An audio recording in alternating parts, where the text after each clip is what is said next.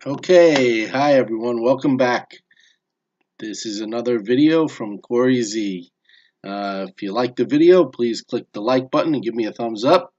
And if you'd like to be notified of additional content, click the subscribe button and you'll find out whenever I post a new video. Here to tell you a little more about the Google Fi phone service, also or formerly known as Project Fi. And before I get started, I'm just going to mention everything I'm going to say applies to the USA. Um, I think Google Fi is also available in some foreign countries, but um, things may be different with regard to how it works and what the terms are and so on. So if anybody out there is watching this in another country, keep in mind everything I'm saying applies only to the USA version of Google Fi. Um, Also, before I get started, if any of you want to sign up for Google Fi, I'd really appreciate if you would use my referral code. I'm going to put it in the link below.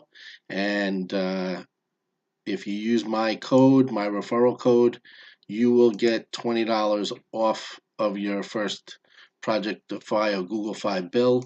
I will also get a referral fee, and for a very limited time, that referral fee is currently actually $100 for myself, still $20 for you. And if you join by on or before Monday, January 8th, my referral fee will be that larger $100 fee, which I'd really appreciate. It's a limited time promotion that Project Fi is running. It's usually $20 for the referrer and also $20 for the new member. Like I said, the limited time promotion has the referrer getting $100 um, through January 8th. If you're watching this, you're probably already considering Google Fi. Now is a great time to sign up, especially because of all the current promotions that they are running. They typically run promotions, seems like all the time, at least since the last round of phones came out, the Pixel 3 and Pixel 3 XL. Currently, there is a $100 Fi service credit. Again, that service credit is on top of the $20 referral credit that you would get if you use my code, and that also runs through January 8th. So with the combination of the Google Fi service credit for joining by January 8th, you'll get $100 there plus the $20 referral fee for using my referral code. You'll get a total of $120 Fi service credit. I will get a $100 referral fee. So, as I said, great time to sign up for Google Fi right now. I'm going to try to give you the good, the bad, and the ugly. It's mostly good, so sit back and enjoy. I'm going to try to be short, but at the same time, comprehensive. So, hopefully, this won't be long-winded. Bear in mind, if you do sign up for Google Fi, whether you use my link or the links below, I'm going to provide all the links regarding the current promotions that I'm mentioning below. Um, like I said, the main thing is there's a link that will get you a $100 Fi credit, and when you check out, if you add my specific referral code, you'll get another 20 on top, total of $120 savings for yourself, and I will get $100 Fi credit, which I'd really appreciate. Also, if you sign up quickly and you get your account set up, you can then sign up other people and take advantage of the same promotions through January 8th. After January 8th, they'll still have referral promotions, but they're not as lucrative. And I believe there's a total of either 8 or 10 referrals that you can do. If you do sign up, please be careful. Make sure you read all the terms of the sign up, especially if you sign up with a promotion. Most of the offers do have some fine print regarding how soon you need to activate service. Usually you will need to activate the service on a device within a certain number of days after you open your Fi account, or within a certain number of days after you order the phone if you're ordering a new phone.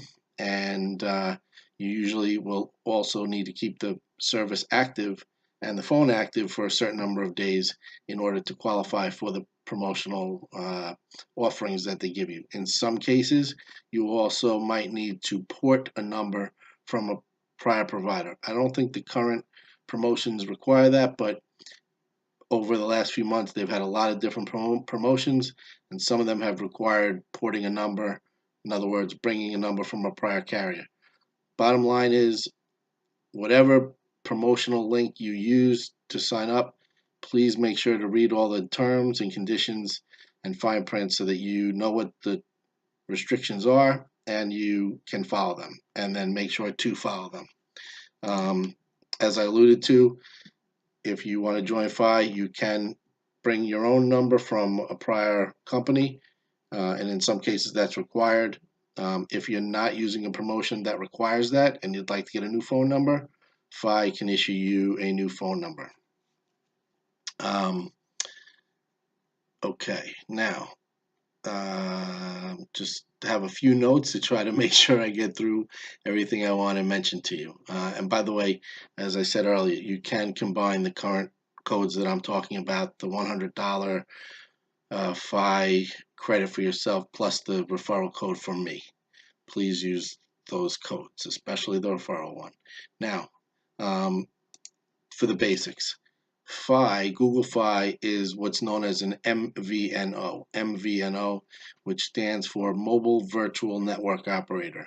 That is, for lack of a better term, I'm just going to paraphrase, it's sort of a knockoff of the bigger cell phone companies. Of course, we all are familiar with the major cell phone providers in the USA, namely AT&T, Verizon, T-Mobile, and Sprint. Each of those companies has they're not even really subsidiaries, but other companies that have bought the ability to use those companies' towers. In other words, the only companies that have towers that I know of in the US are those that I just mentioned: AT&T, Verizon, T-Mobile, Sprint. They have all the towers. If you see any ads for any other companies, they don't have their own towers. They're not big enough and they don't have enough capital to start building the towers, but they buy the ability, or maybe they lease it, I'm not sure, but they in some way pay for the ability to use someone else's towers. In other words, for example, Cricket is an MVNO that uses AT&T's towers. Metro PCS is an MVNO that uses T-Mobile's towers. There's one called Visible that uses Verizon's towers. There are a few other ones that have been running big ad campaigns recently: Mint Mobile, Red Pocket, and they all offer less expensive cell phone plans, but using the big companies' towers. Usually they'll come with some kind of watered down version of the cell service. Might be slower, might be lower bandwidth, might be less priority on the network, what have you, but it will usually be much cheaper.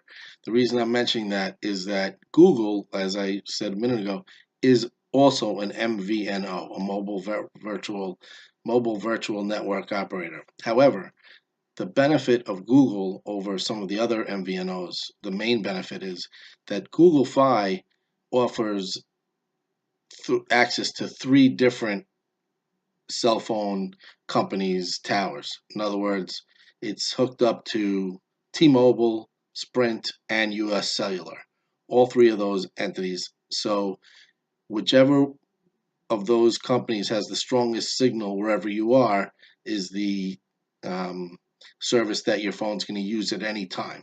Google Fi provides automatic seamless switching between those towers and those carriers.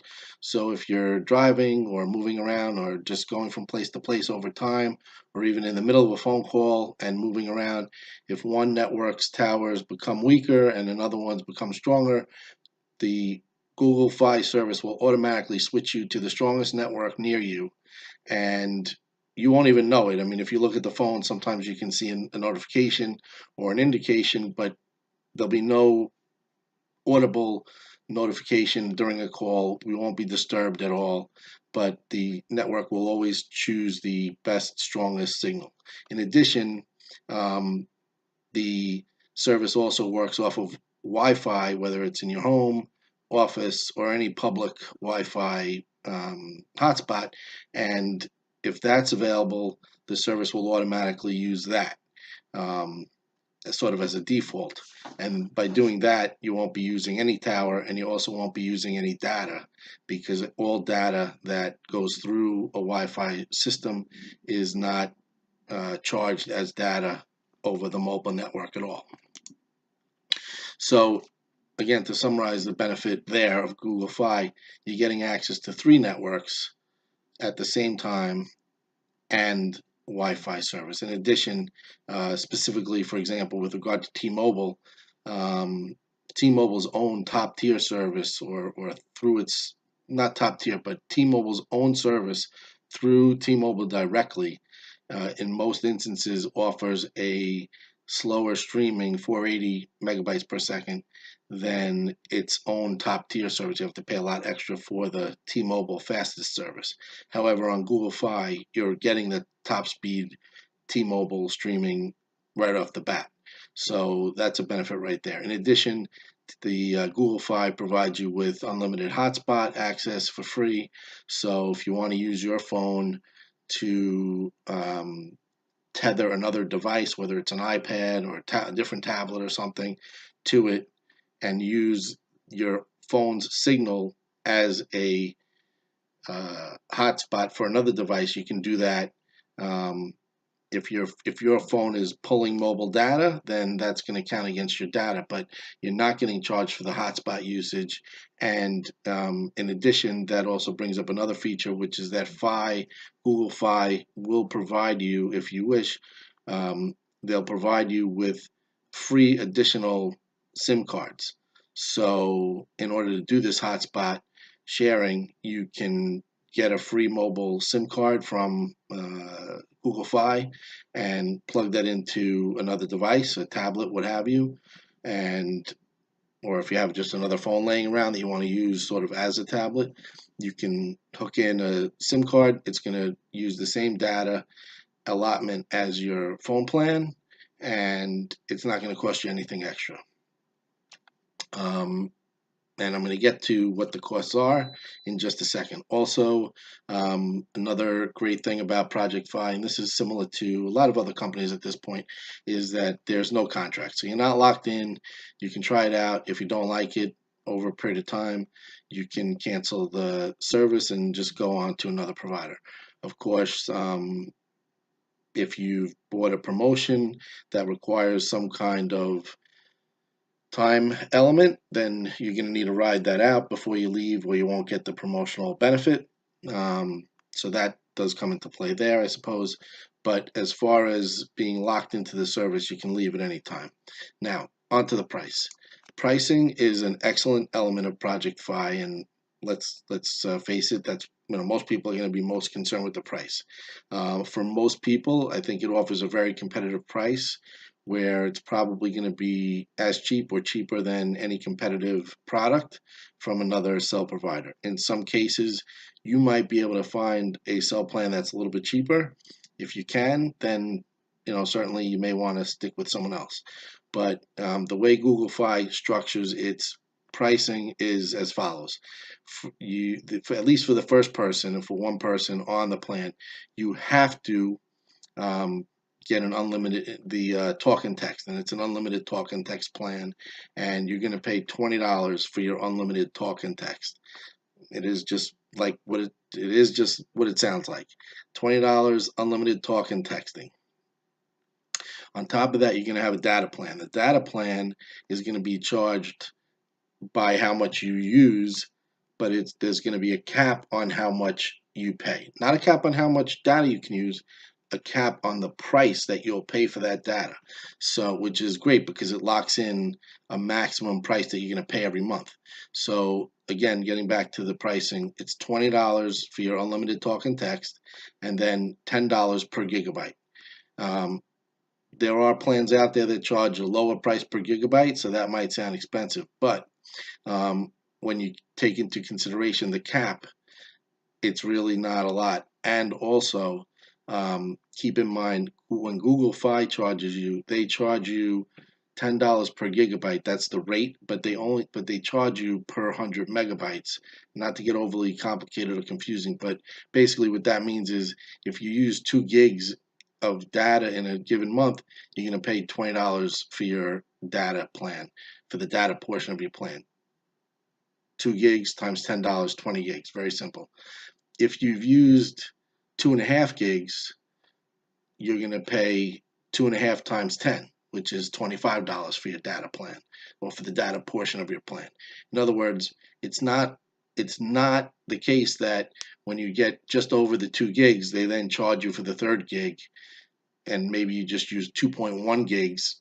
They're not going to charge you $30. They're going to charge you 2.1 times 10, or $21, and so on. So you're only paying for the actual amount of data you use, which is great because they don't round it up to the next gig. They just charge you exactly what they charge you for exactly what you're using.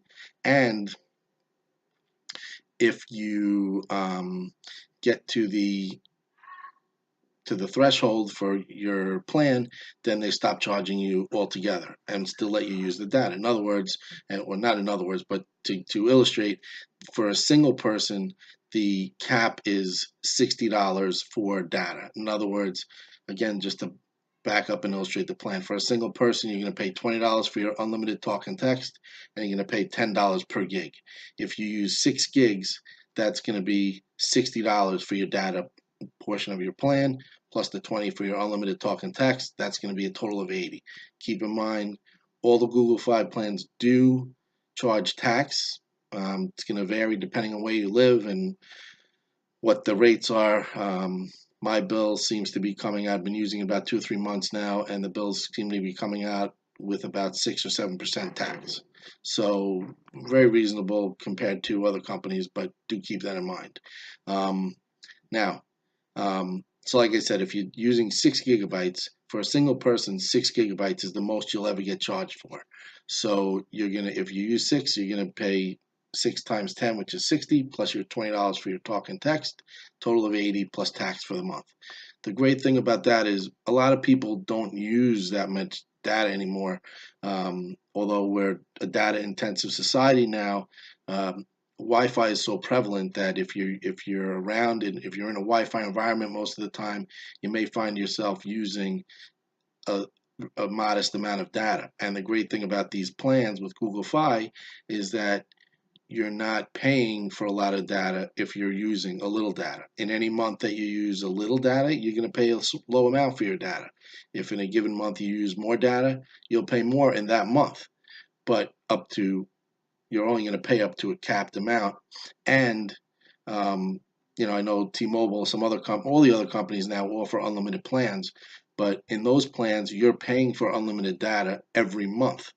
In any given month, if you use, for example, only 1 or 2 gigabytes or 3 gigabytes, you really would not have had a need for unlimited data. You would not have used anything approaching what would require unlimited data, but you'd be paying that month for unlimited data. Here, you're paying only for what you use, and then in a given month, if you have a lot of data usage, that month or those months, your bill will be capped at the 6 gigabyte price, which is $60 for your data, and then the 20 for talk and text. Now, I think that's clear. I hope so. Please, anybody, if you're confused or need more information on that, please just let me know. I'll be happy to try to clarify and walk you through it. Now, to get on to another part of Google Fi. Google Fi also offers group or family plans. They work very similarly in terms of pricing to what I just mentioned. You're going to have, again, $20 for unlimited talk and text for the group leader or person one or family member who's leading it, so on. $20 for that person to have a talk and text line, and the data is going to be charged $10 per gigabyte. If you have another person, a second person on the plan, or any number of additional people, I think the max is 6 that they'll allow, I think. Each additional person will be charged not $20 for their unlimited talk and text, but only $15 for their unlimited talk and text. Any additional person on the plan does need to have an unlimited talk and text plan, but after person one, each additional person is charged only $15 for their talk and text plan, and that again is an unlimited talk and text plan for only $15. Then everyone on the plan, or the plan as a whole, is charged the same $10 per gigabyte as it would be if it was just one person. Um, the the thresholds increase though when you have more people. So with two people on a plan, the max charge is going to be $100 for the data for two people. In other words, at 10 gigabytes, Google Fi will stop charging you. So you're going to have for two people, as long if they're under 10 gigabytes, they're just paying $10 per gigabyte. Once they get to 10 gigabytes, then as a unit, they're going to pay $100, 10 times 10, $10 times 10 gigabytes. And after that, any additional data is going to be free. I'm just going to write down two things I need to remind myself to mention to you. Okay, I'm going to mention one right now, and then I'll come back to this. But if you're in a group plan, whether it's friends, family, really doesn't matter, because Google Fi also provides a very easy interface that will allow you to split the payments. I'm not sure if they allow each person to make his or her own payment. I think the group leader has to be the one actually making the payment to Google Fi, but they have a very simple interface where the system will automatically notify each member of how much they owe, how much each member owes for the month, and that member can make an easy reimbursement, I think right through the Google Fi system, to the overall group leader. So they facilitate that. That's one thing I wanted to mention. The other thing is, as I mentioned, so for two people in a plan, you're going to have the same access to unlimited data, but the two people together will pay a total max of $100.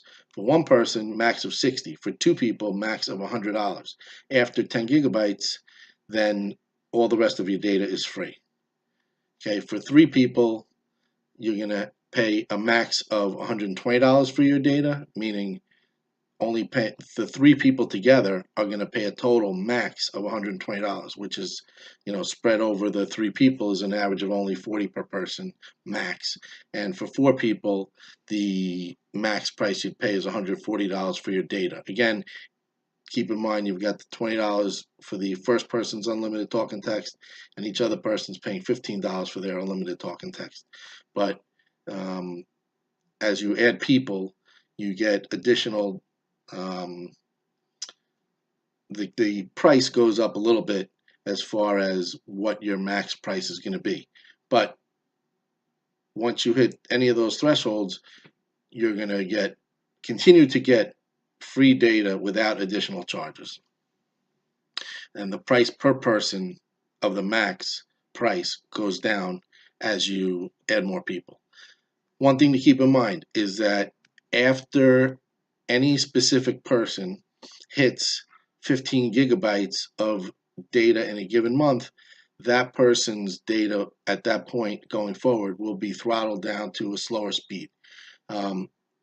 I did double check this with Google Fi before making this video, and they confirmed for me that that throttle restriction is not for the group. In other words, if you have four people in a group, each person is using, let's say, for example, 5 gigs.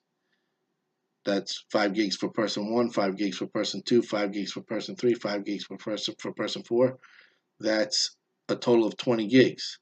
Well, that's more than 15, but that's okay because each person's still under 15, and each person's still going to be able to get high-speed data until each person gets high-speed data until that person reaches 15 gigs. If that person reaches 15 gigs, then that person's data, only that person's data, will be throttled down to a lower speed, or at that time when a single person hits 15 gigabytes, if that person wants to keep fast high-speed data, then at the 15 gigabyte mark for that specific person, that person can then choose to, through the website or through the app, pay $10 per gig, starting at 15 gigs again to maintain the high speed. However, it's very, very few people that would reach 15 gigs individually. Google estimates on its website that less than 1% of its users hit that. I consider myself a pretty heavy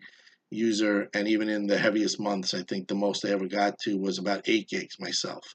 And again, it's not a group restriction on 15 gigs. Each person gets their own 15 gigs before they're going to have their data speed throttled or need to pay for to keep the faster data. Okay, we've gotten through most of the important points. A summary of the pros of the Google Fi setup that I want to mention are: you've got a fixed price. It's a capped price, which is going to be low, especially if you use a modest amount of data. For example, the first month that I was on Project Fi, I was around Wi-Fi almost all the time. I barely used any data. I think that month I used only about 2 gigs of data. So my data portion of my bill was about $20. Had the $20 for my unlimited talk and text. The bill was just over $40. I think with the tax it was about 42 or $43, whatever it was. So very low. Now the second month I happened to be around Wi-Fi much less frequently, so I did use cellular data much more. And for the second month, my bill, I did hit the max. I hit 6 gigs. Once I hit 6 gigs, they stopped charging me. I think on total I used about 6.5 gigs, but I only had to pay for the 6 gigs. So $60 for my data, and then 20 for my talk and text. So it was 80 for the second month, plus the taxes. So it was a little bit over 80. So like I said, summary of the pros: fixed price, low if you use a modest amount of data, pay only for what you use until you get to the threshold. There's no contract, so you can leave at any time. You can also pause your service if you wish to. In addition, another big pro, I didn't mention this yet, but a big pro of the Google Fi service is that when you're traveling, I believe there are 170 countries that support the Google Fi service, and like I said before, everything I'm saying is for users who are opening accounts in the USA, but the service is available to work for US based customers in 170 countries. So when you travel, you're still paying only the same $10 per gigabyte. There's no roaming charges for data. That's a very attractive feature. It's a very important feature of the Google Fi service. The calls and text work a little bit differently. It's a little bit tedious to explain, so I would recommend that you check the website or the app on those details. But for the most part, you're calling when you're traveling, or if you're home calling another country. A lot of times your calling will be included at no extra charge. In situations where you do have to pay for the calling, it's usually, from the chart I looked at, usually it's going to be around 20 cents a minute. If you're calling or texting over Wi-Fi, that is usually not charged at all. But if you are using the mobile network, then in most cases you're going to be paying about 20 cents per minute for your calls. The texting rates also may vary slightly, but the data is always going to be $10 per gig with the same thresholds and caps as to your charges. So that's very attractive as well.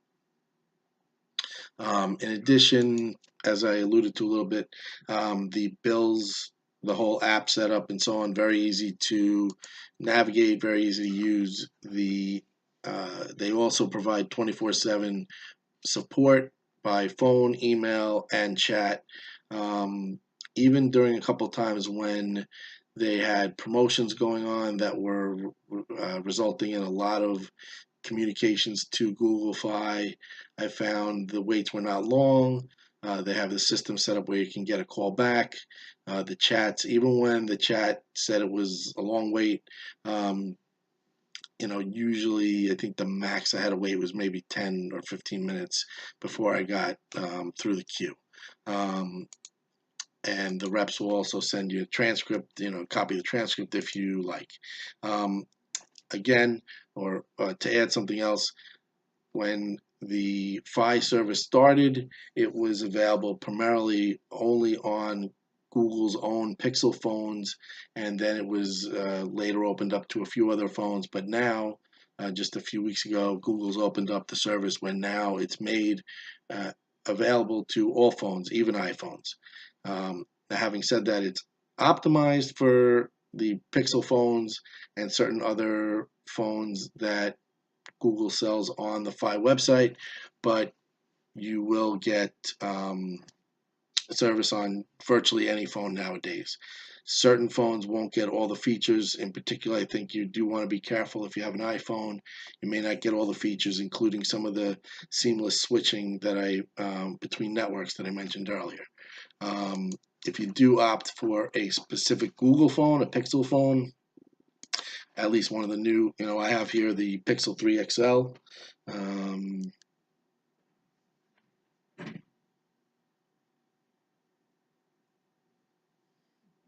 and um, the Pixel 3 XL is nice because you can see it's a little bit big, but fits right in the hand, and it has the benefit of wireless charging. So you can put it on the Pixel stand. It'll turn your phone into a mini little Google Home Hub and a photo frame, which is really nice. The Pixel phones also get the earliest updates. They get updates for I believe it's 3 years, and they also get unlimited photo and video storage at full resolution um, for usually either 2 or 3 years, depending on the phone. And if you continue to buy Pixel phones, you can get that extended even longer. Um, in addition, as I started to mention earlier, with all the promotions they offer, especially with the credits, the referral credits, different credits they offer, different promotions they offer along the way, you can really offset your bills that way. And that's another good way to keep your overall cost low and to provide yourself with credits that essentially reduce the price of your monthly bill. Um, Now, as far as if you prefer a different phone, like I say, you may lose some of the features. Um, One of the things I want to mention is that, and this is a little bit of a nuance, but with regard to the switching, as I said, the service will switch. Actually, you know what? I'm going to wait on this for a minute. I'm sorry. I hate to back up, but let me keep up with the pros, and then I'll get to that, which is a little bit. There's one aspect of the switching that I consider a negative, so I'll get to that in a moment. But in addition to the other benefits I mentioned. There are also small things that they offer from time to time. Recently, they offered a promotion for $10 off of a photo book. Um, I have no knowledge or insight about this at all. I'm not in any way linked in with Google or anyone in the cell business or anything, but just based on what I see in the industry, I wouldn't be surprised if at some point um, Google somehow lowers a little bit of its pricing even lower to become even more competitive. So that's just my own thought and hope. But like I said, after I joined up for Google Fi a few months ago, uh, I was convinced at that point, and even after that, there have been several different promotions and benefits that they've offered, even to existing customers like myself, where it's become even more beneficial. Um, Now, to get to a couple of negatives or disadvantages. Number one, as I alluded to earlier, if you find a plan on a different carrier that provides you with the amount of data you need or unlimited data and it's a lower price, then that may be better for you than Google Fi. So the price of Google Fi could be more than what you're going to pay on another carrier if you're not using a lot of data or if you have an unlimited data plan from another carrier that is lower than what the um, max prices are at Google for large amounts of data. Also, this is a little bit tricky, but like I said before, the Google Fi system automatically switches you between networks to the strongest network. The problem that I have had a few times with that is that, in particular, I have found out only Sprint of the networks that are involved with the Google Fi system, Sprint does not is not capable of providing simultaneous voice and data.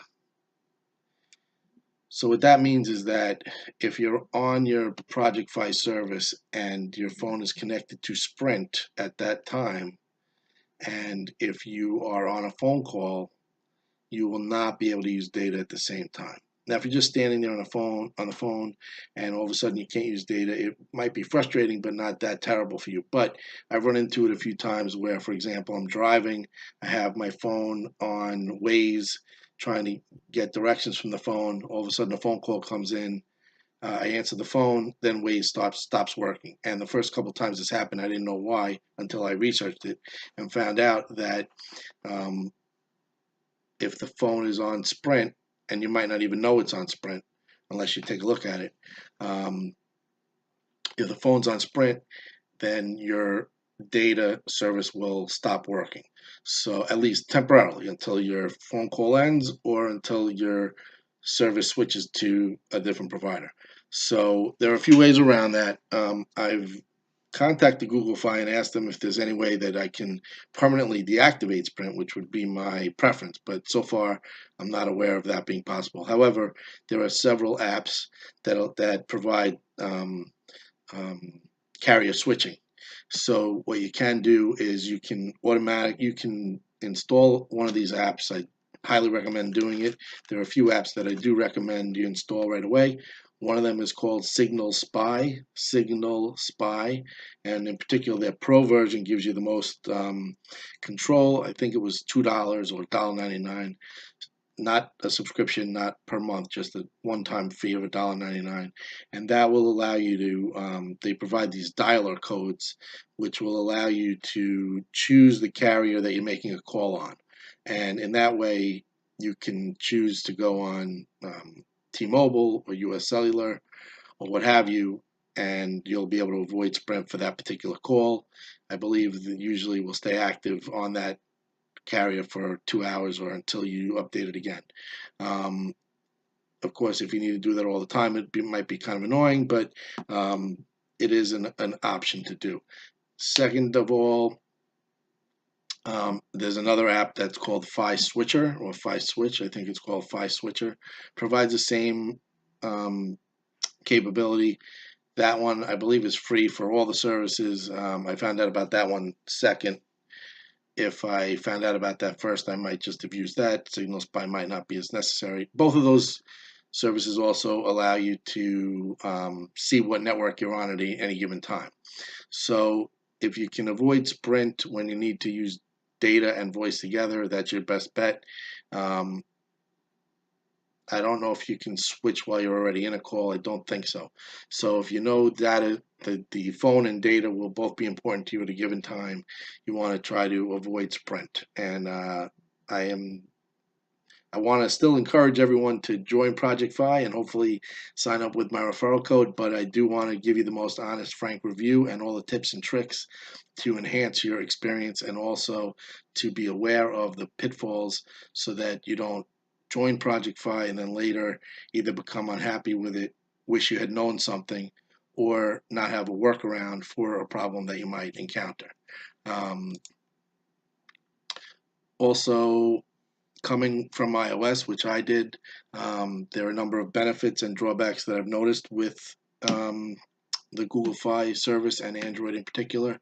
I think the biggest thing that I was concerned about is, it might sound small, but was the fact that Android in general has no undo feature. In other words, with the iPhone, if you type something or do almost any action and later right afterwards you realize you made a mistake, you didn't want to do that. If you just shake the phone, you can undo it. It's kind of like Control Z on your keyboard, and it will restore whatever you just deleted or erased or did or what have you. No similar feature on Android. I find that to be a very annoying drawback. So far, I've been able to work around it and have not really had any problems with it, but with it missing. But I do wish they had that. Also, the Pixel phones do not have the slider for click button to silence the phone. You have to go through little on-screen display. Not very annoying, still available, but do have to look at the screen to do that. Have found an app that facilitates that, which is called, I believe it's called Screen Lock. It allows you to lock your screen. It also allows you to create some shortcuts for certain things such as volume control and silent control, vibrate, and so on. So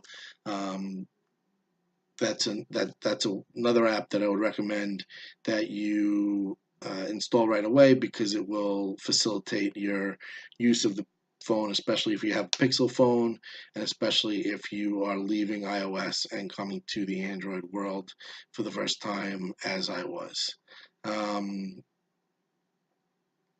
Okay. Also, another nuance, I believe if you're coming from iOS, some people, I have not had this problem, but some people say you need to deactivate iMessage from the Apple world in order to make sure that you continue to get your text messages um, on your new Pixel phone.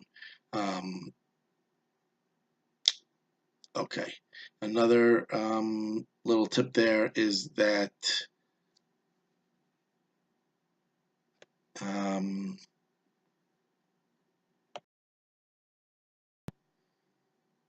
okay, sorry about that. Another benefit that I was just going to mention is, or something I recommend is that you should speed up your phone. There's an adjustment that you can make to the animation settings. I'm going to put some information about it in the link below. Because it does require quite a few steps, and rather than belabor the video with all the instructions right here, I'm going to just include a link to the description, or possibly I'll just write out the whole description for you.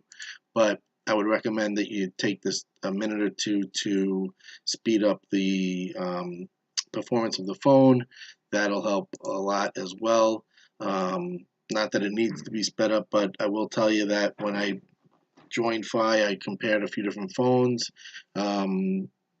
I did find some of the speediest phones were a little bit faster, and I was a little bit surprised about that. And then I found that there is a way to speed up the Pixel phone, or probably any phone, but the Pixel I was able to speed it up to where it's now just about on par with all the speediest phones.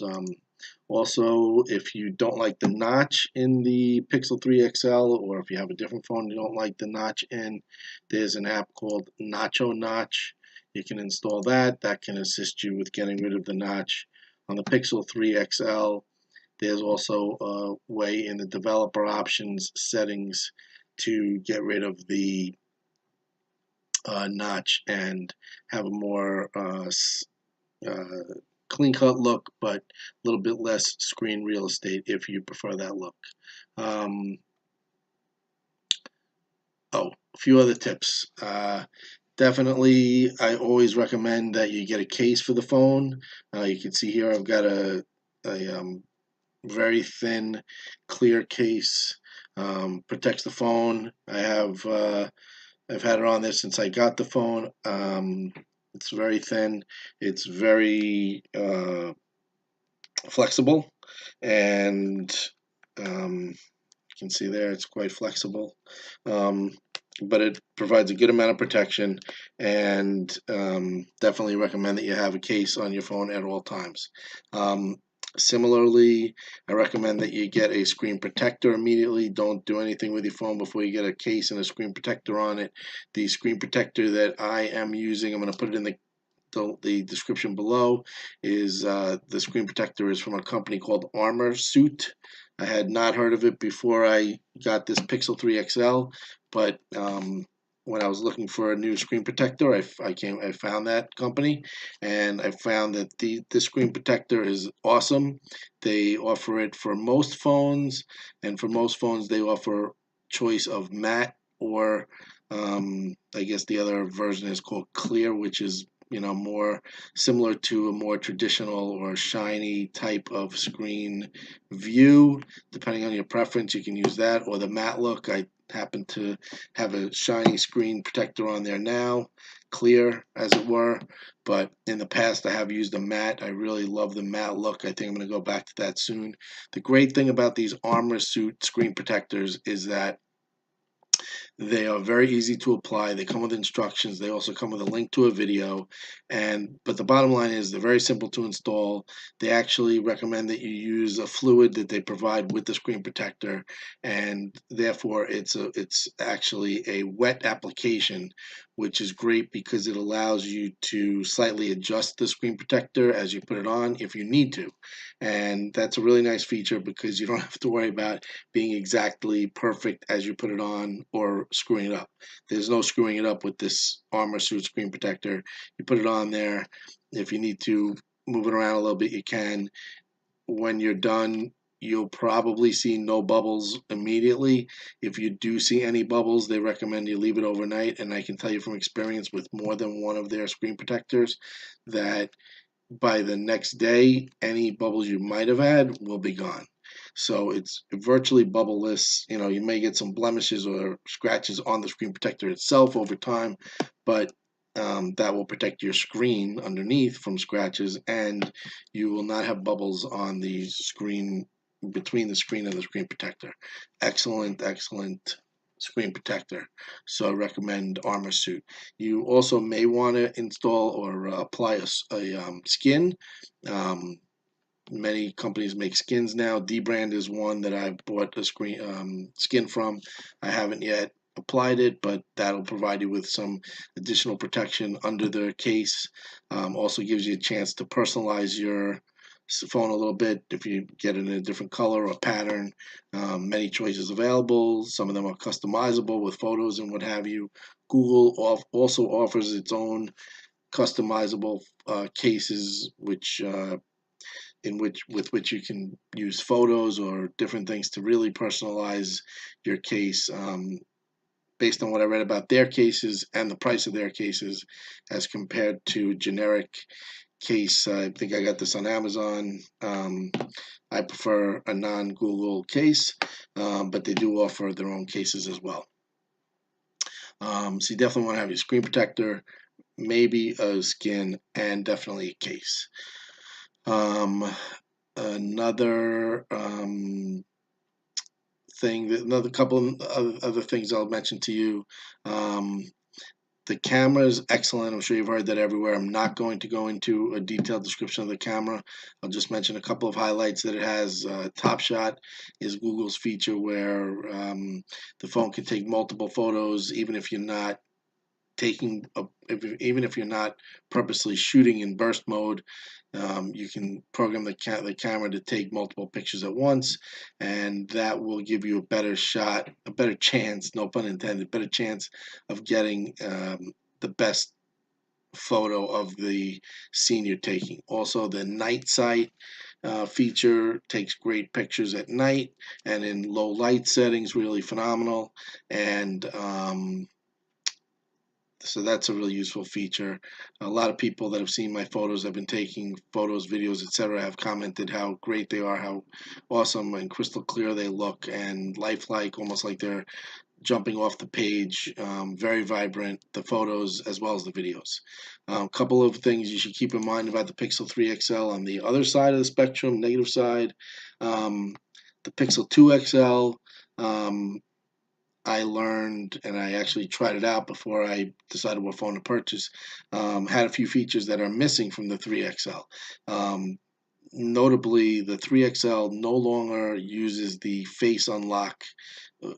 Even the Pixel 2 XL did not use face unlock or visual unlock, but or Face ID, I think they call it on other companies, Apple and other ones. But there was a backup, almost like a beta face unlock feature in the Pixel 2 XL. Pixel 3 XL does not have that. I think Google removed it because Google thought that it was not secure enough. I'm not really sure about that, but the bottom line is the current Pixel 3 XL does not offer the face unlock feature in any way, shape, or form, which I thought was a little bit of a bummer because I like to be able to unlock the phone from the front. As you may know, the Pixel 3 XL and the Pixel 3 have the fingerprint scanner on the back. A lot of times I have my phone on the desk. I want to be able to open it from the front without putting in my passcode each time. Face unlock would facilitate that. However, the software does include, in Pi, a knock-on feature that if you double tap on the screen it'll open, and if you don't want to type in your passcode, there are a few different ways that you can try to facilitate that. Namely, if you use the Android Pie feature called Smart Lock, I believe it's called Smart Lock or Smart Unlock. I think it's called Smart Lock. That will enable you to have your phone open automatically when you knock on it under certain circumstances. Namely, you could set it so that if it's always connected by Bluetooth to your watch, or connected by Bluetooth to your headphones, or connected by Bluetooth to something else that you usually have with you, the phone will instantly unlock when you knock on it. Another way you can enable a similar feature is by geography. The phone offered the Android Pie on, I believe, all Pi phones offers a feature where if you set a specific location, such as your home or your office, as a safe place, then a trusted place, I think they call it, then the phone, whenever it's in that place, will open more quickly without needing to put in your passcode each time. So there are ways around even the limitations that I have found with the Pixel 3 XL. There are quick workarounds for just about all of them. Don't find any of them to be deal breakers, or really even I don't even find any of them to be remaining problems, because I figured out simple workarounds. Again, and similarly, there's no headphone jack. I wasn't too thrilled about that, but the simple workaround. The phone comes with an adapter, so you can hook in any traditional 3.5 millimeter jack into it, or you can use Bluetooth headphones, or you can use a splitter that will go into the USB-C jack on the phone and allow you to have a USB-C coming out of it as well as a 3.5 millimeter jack. And that will give you the added benefit of being able to charge the phone and listen to music through corded headphones at the same time, if you want to do that. Without an adapter like that, it will be either impossible or difficult. I think those are really most of the items that I wanted to make sure to cover with you. I'm sorry if I have not looked directly into the camera. I have been glancing at some notes above and behind the screen that I jotted down. If I forgot anything, I will add it in the comments below. I will also add the links below that I mentioned to the referral codes, as well as the ways to speed up your phone and some of the apps and screen protector and so on that I mentioned. Please, if you like the video, give me a thumbs up. Feel free to subscribe for additional content coming down the road. And please, if you do like the video and you decide to sign up for Project Fi, please use my referral code. That will add a few dollars in credit to my Fi account. You'll also get additional credit in your Fi account. And as I said, if you could possibly sign up for Project Fi by on or before January 8th, I did confirm with Google Fi directly that the current promotion to which I'm referring regarding referral codes runs through January 8th, including January 8th, but will cease on January 9th. So please, if you do decide to do Project Fi, to join Project Fi, use my referral code. Please do it by January 8th to provide maximum benefit to myself and to you. If you sign up after that, I would still appreciate it if you use my referral code. It will still be beneficial to both of us, but it will be more beneficial if you can manage to do it on or before Tuesday, January 8th. Thanks very much. Really appreciate your watching. I love your appreciate your support. And if you like the video, click like, subscribe. Thanks again. See you in the next video.